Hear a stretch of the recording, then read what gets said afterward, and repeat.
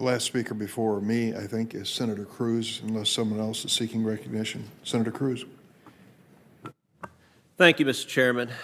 You know, it's interesting to hear our Democratic colleagues seeing boogeymen under every rock. And there is the frightful specter of the NRA on one side. There's the frightful specter of the Koch brothers on the other side. There are charts of dark money with red string and all sorts of perceived connections. There is a simpler explanation, which is that the American people actually value our right to keep and bear arms. You want to know who the members on this side are listening to? It's not some interest group. It's the hundreds of millions of Americans who want their constitutional rights protected, who want to be able to defend their families, and who don't want to see the government taking away their right to defend their home, their lives, and their family. That's something our Democratic friends don't seem to understand. This is not about a checkbook in Washington, D.C. This is about millions of constituents at home. I promise you, when John Cornyn and I go home, it's not the NRA we're worried about. It's Texans looking at us saying, don't you let them take our guns. And there are folks in every state here who feel that way. You know, it was striking during the campaign. In August 2019, Joe Biden was asked about people who think that a Biden administration, quote, means they're going to come for my guns. And Biden replies, bingo! You're right. If you have an assault weapon, the fact of the matter is they should be illegal, period. So we can thank President Biden for letting the cat out of the bag. He's made clear his agenda, and let's use the exact words, they're going to come for my guns. Bingo. That's what Joe Biden promised America he wanted to do. And in this case with Mr. Chipman, this is the manifestation of the promise, we're going to come for your guns. Mr. Chipman is a gun control zealot. He spent the last 6 years of his life working for one of the leading gun control organizations. And he came before this committee, and his testimony was remarkable. He testified that he thought Senator Feinstein's legislation on assault weapons didn't go nearly far enough. Now, Senator Feinstein and I disagree on that legislation, disagree strongly. Her sentiments are heartfelt, they're genuine. But Mr. Chipman said Senator Feinstein didn't go nearly far enough. She sought to ban some 2,000 different models of rifles. But he said it didn't go nearly far enough because he'd go after every single weapon people own right now, that he wouldn't just focus on the new sales. He was interested in whatever guns you have at your home right now to defend your family. And to be clear, Senator Feinstein's legislation wasn't just filed, it wasn't just considered in this committee, it was voted on the Senate floor.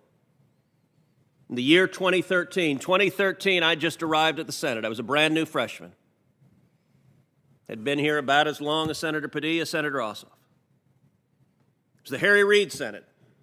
So I was in the minority. There was a substantial majority of Democrats in the Senate.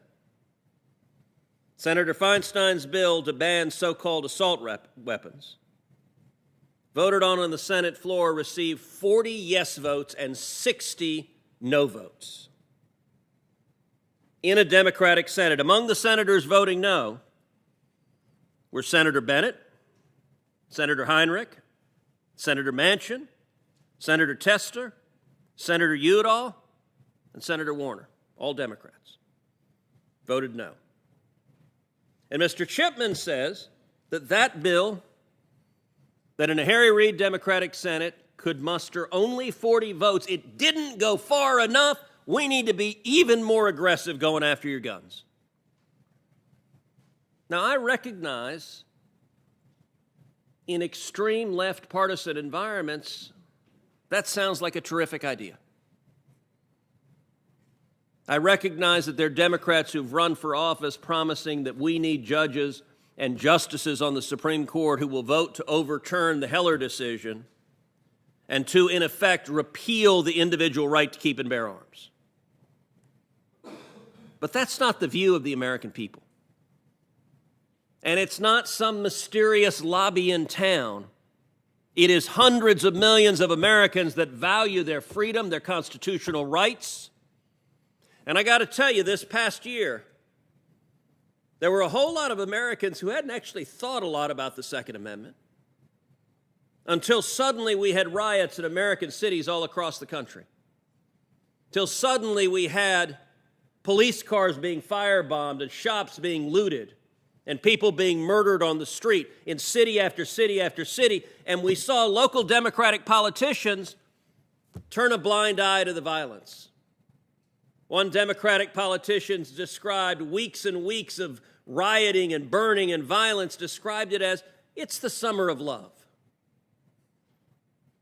Well, I think actually elected officials have a responsibility to keep their citizens safe. I think writing off rioting and criminal violence as the summer of love is incredibly cynical and a dereliction of duty. But you know what? In a lot of those blue states, in a lot of those blue cities in blue states, there were a whole lot of folks that suddenly went to a gun store and said, you know what, if there's going to be a riot outside my house, I want to be able to defend myself if someone starts coming in the door or coming in the window seeking to do harm for my family.